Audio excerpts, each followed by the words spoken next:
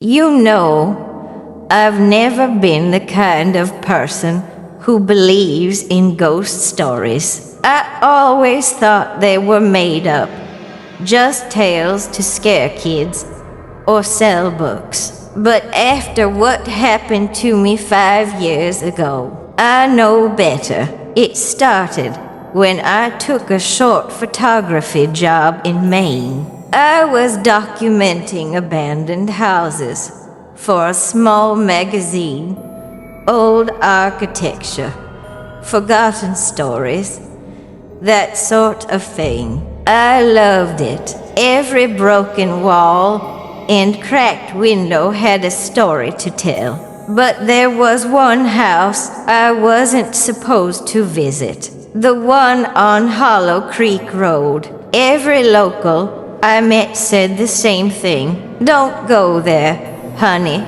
That place isn't empty.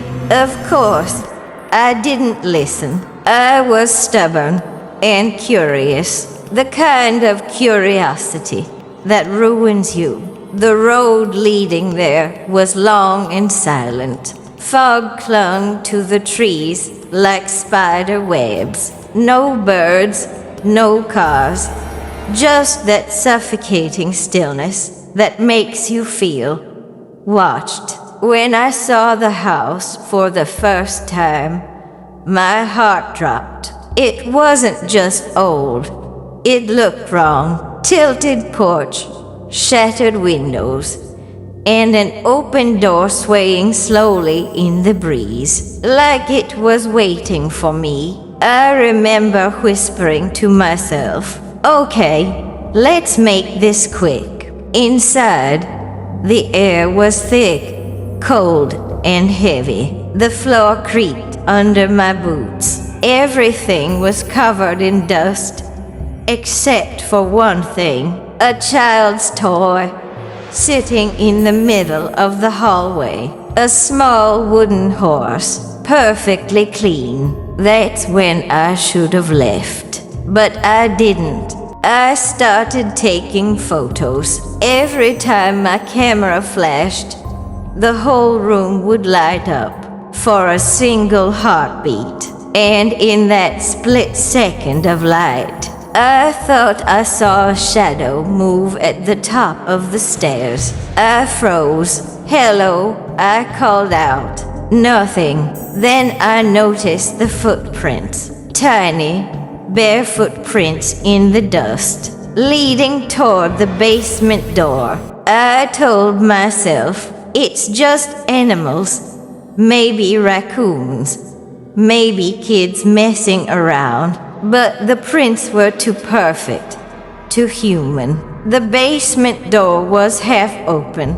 Behind it, I heard something, a woman humming, a soft, broken lullaby. I can still hear it when I close my eyes. I stepped down carefully, one step at a time. The air got colder, almost freezing. The smell changed too, from dust to something foul, like damp wood and old blood. I whispered, "Hello, is someone down here?" The humming stopped, and then I heard footsteps, slow, wet, dragging across the concrete floor. My flashlight flickered, and that's when I saw her, a woman standing at the far end of the basement. Her long black hair hid her face. She wore a torn white dress that looked soaked and old, like she'd been standing in water for years. Her skin was gray, her fingers long and thin, and her feet were bleeding. I couldn't breathe. My body wanted to run, but I couldn't move. Then she spoke. Her voice was low, almost a whisper. "Why did you come here?" I didn't answer.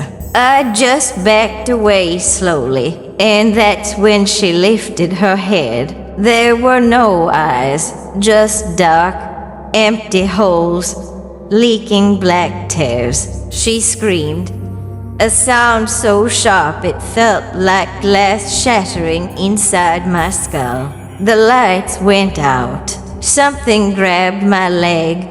Cold hands, small hands, dozens of them. Children's voices filled the dark, whispering, crying, calling for help. Stay with us, stay. I felt something heavy pressed against my chest, and in the faint red light from my camera, I saw their faces, pale, hollow, with black mouths, surrounding me. Then I heard her again. Don't leave them. They've been waiting for someone to play with. I screamed, and everything went black.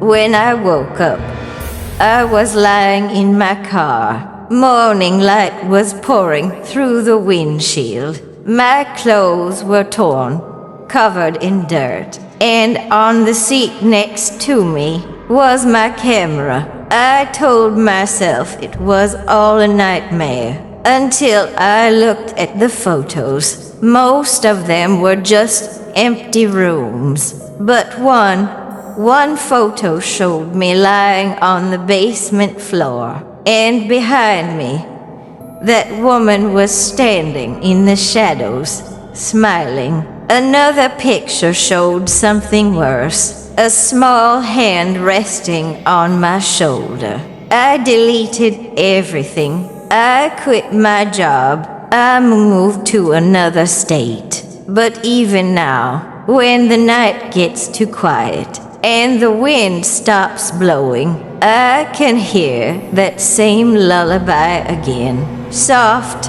broken, and sometimes I swear I can hear her whisper my name. Because the house on Hollow Creek Road, it doesn't forget who enters, especially if you made it out alive.